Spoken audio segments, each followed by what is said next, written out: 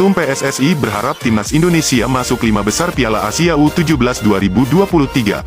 Penyebab media Vietnam tantang timnas Indonesia kalahkan Vietnam di Piala AFF 2022. Jokowi minta timnas Indonesia U16 jaga performa, biasanya naik U23 menurun. Ketua Umum PSSI Muhammad Iryawan menyampaikan harapan bahwa Indonesia bisa masuk ke dalam 5 besar Piala Asia U17 2023 mendatang. Indonesia akan diwakili tim nasional U16 yang pekan lalu baru saja menjuarai Piala AFF U16 2022.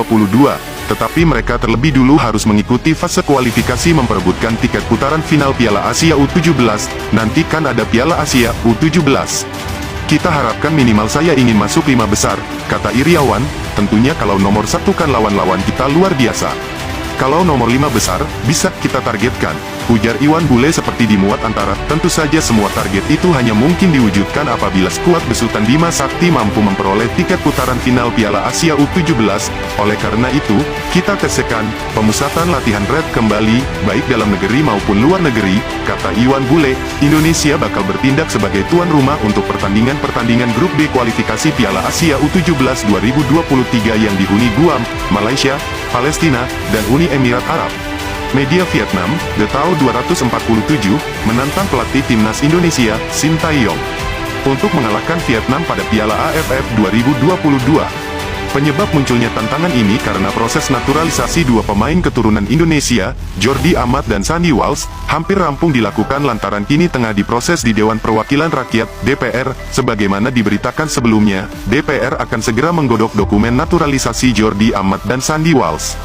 Media Vietnam, The Tao 247, melihat adanya peluang dua pemain tersebut tampil di Piala AFF 2022.